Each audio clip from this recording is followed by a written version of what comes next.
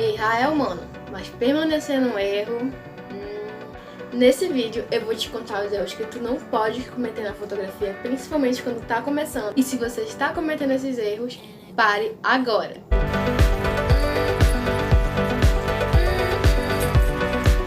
Oi gente, eu sou a Julie e eu sou fotógrafa de casais.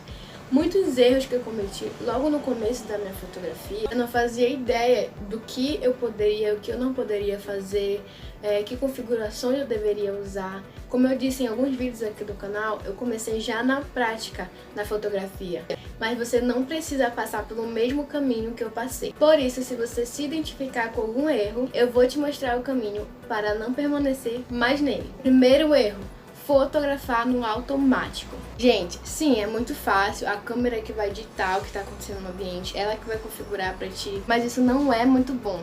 Primeiro que me limitava bastante, porque a câmera que decidia tudo por mim, eu não tinha um trabalho, tirando, gente, que eu fotografava de noite também. Então, um ensaio pela tarde é muito diferente de fotografar à noite. Eu não conseguia as cores que eu queria, ficava muito escura as sombras, às vezes os realces estouravam. Então, fotografar no automático me limitava bastante, além de me deixar na zona de conforto, porque sempre que eu ia fotografar, eu não precisava me preocupar em diminuir a velocidade, aumentar a velocidade, abrir e fechar o diafragma. Esse tipo de coisa, pra mim, era muito complicado. Então, o mais fácil pra mim, eu ficava do lado mais fácil, era fotografar no automático, que é a câmera que decidia o que estava acontecendo no ambiente.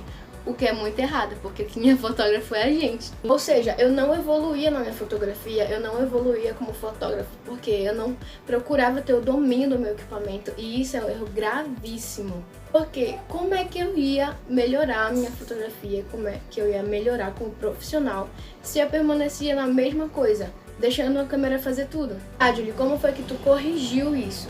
Como eu falei também em alguns vídeos aqui do canal, comecei a ficar insatisfeita com o resultado da minha foto, com o desempenho do meu ensaio. Então eu comecei a estudar sobre os modos da minha câmera. Foi muito complicado pra mim na época, porque era meio difícil eu dar atenção pro cliente e ao mesmo tempo configurar a câmera, porque existem luzes diferentes no externo. Então eu tinha que ajeitar a velocidade do diafragma ao mesmo tempo que eu estava direcionando o cliente. Então sim, pra mim foi um pouco complicado. Só que hoje eu já tenho domínio disso, então fica a dica, é uma questão de prática.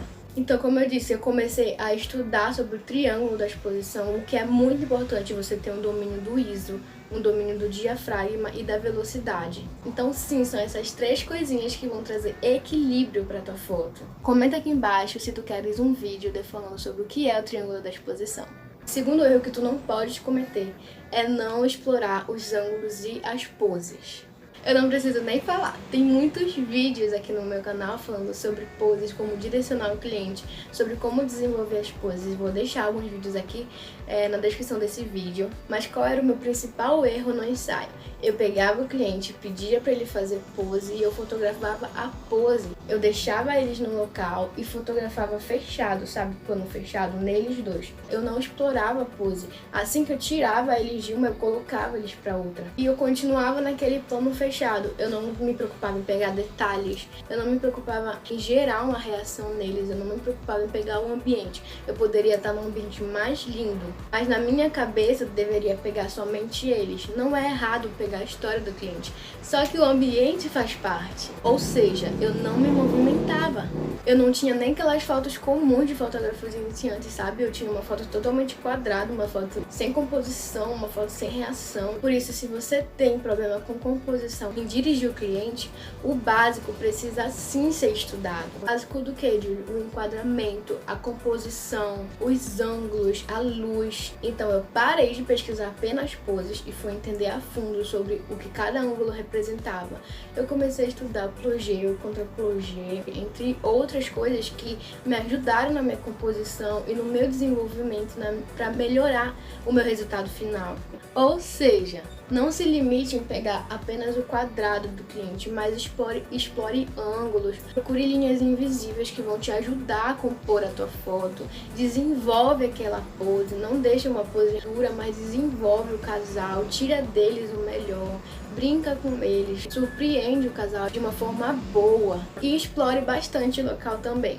Pegue detalhes, tudo isso vai te ajudar a ter uma foto impressionante. terceiro erro, e esse sem dúvida pode te prejudicar também, não ter um portfólio claro. Olha, gente, teve cada situação que eu não precisava passar por não ter clareza no meu portfólio no início. Exemplo, o horário. Gente, eu chegava lá e eu não estipulava horário, então eu passava, se for possível, para me ter o maior número de fotos possíveis, para ver se algumas ficavam boas. Só que, por eu não estipular horário, acabava ficando cansativo pro cliente. Ou, por exemplo, o número de looks, o máximo que o cliente levou foi uns 4 looks para me fotografar, mas algumas semanas atrás eu coloquei uma caixinha de perguntas no meu Instagram que teve um fotógrafo que teve que fotografar simplesmente 6 looks da cliente.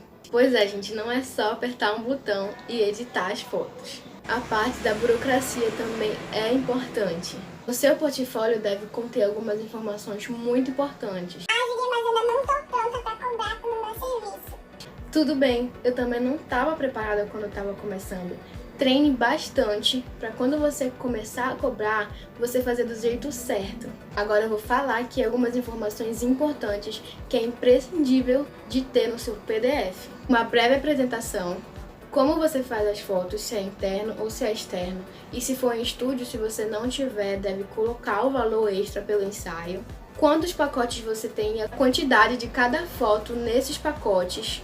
Os valores do pacote, o valor do pacote, e você vende foto extra e se vender, coloca o valor da foto extra, a forma de entrega, se é digital, se é pendrive, qual o valor da sua hora extra, o prazo de entrega das suas fotos.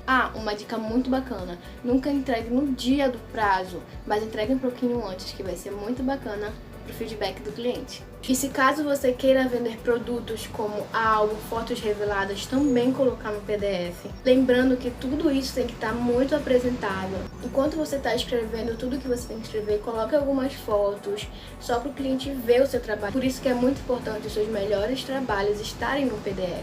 Evite deixar qualquer tipo de dúvida. Se imagine, se você fosse fazer um ensaio, você não tendo o conhecimento que você tem sobre fotografia, quais dúvidas você teria para fazer um ensaio?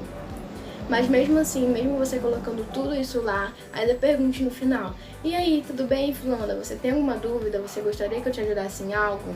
Então, gente, essas são apenas algumas informações que você deveria colocar no seu PDF, para você não errar e para evitar futuros erros durante, depois ou antes do ensaio.